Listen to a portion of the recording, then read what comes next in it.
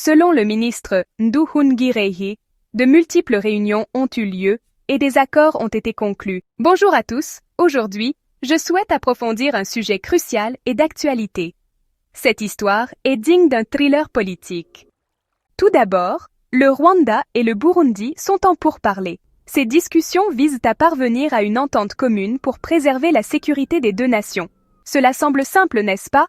Mais il y a beaucoup plus que cela.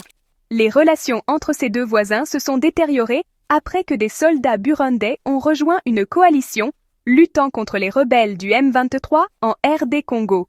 Cette coalition comprenait l'armée congolaise, les FDLR, un groupe génocidaire rwandais, des troupes d'Afrique australe et même des mercenaires européens. Le Rwanda a exprimé de sérieuses inquiétudes quant à la possibilité que cette coalition l'attaque ensuite.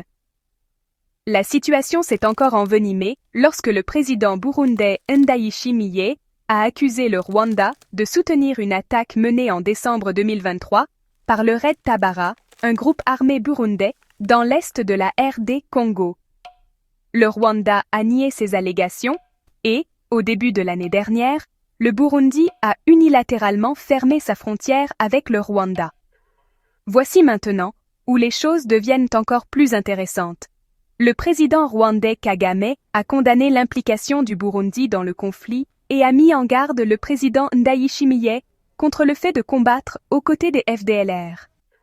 Kagame a même révélé avoir appelé Ndayishimiye pour l'interroger à ce sujet, mais ce dernier a nié avoir envoyé des troupes. Cependant, Kagame a découvert plus tard que des troupes burundaises étaient bel et bien à Goma. Quelle histoire! Kagame n'a pas mâché ses mots. Il a critiqué les politiques ethniques de la région, affirmant que de telles alliances sont dangereuses et primitives. Des mots forts, mais qui soulignent les problèmes profonds en jeu. La force régionale de la communauté de l'Afrique de l'Est, qui comprenait des troupes burundaises, a été déployée dans l'est de la RD Congo en novembre 2022 pour rétablir la paix. Cependant, Kinshasa souhaitait que cette force combatte le M23, ce qui était hors de son mandat, conduisant à son retrait. Kinshasa a ensuite cherché d'autres alliés, dont le Burundi, pour combattre les rebelles.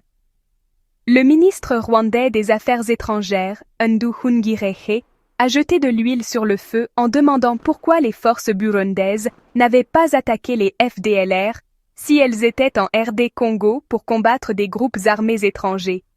Il a même accusé les forces burundaises de collaborer avec les FDLR en raison d'une idéologie génocidaire partagée.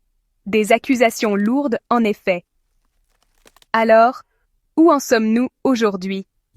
Selon le ministre Nduhungirehe, de multiples réunions ont eu lieu et des accords ont été conclus, mais il est trop tôt pour évaluer des résultats concrets.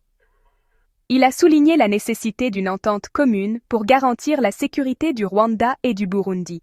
Cette situation est un réseau complexe d'alliances, d'accusations et d'efforts pour maintenir la paix. Cela nous rappelle à quel point les relations internationales peuvent être fragiles, en particulier dans les régions ayant des antécédents de conflit. Je vous tiendrai au courant de l'évolution de la situation. N'oubliez pas d'aimer, de vous abonner et d'activer la cloche de notification pour ne manquer aucune mise à jour. Merci d'avoir regardé.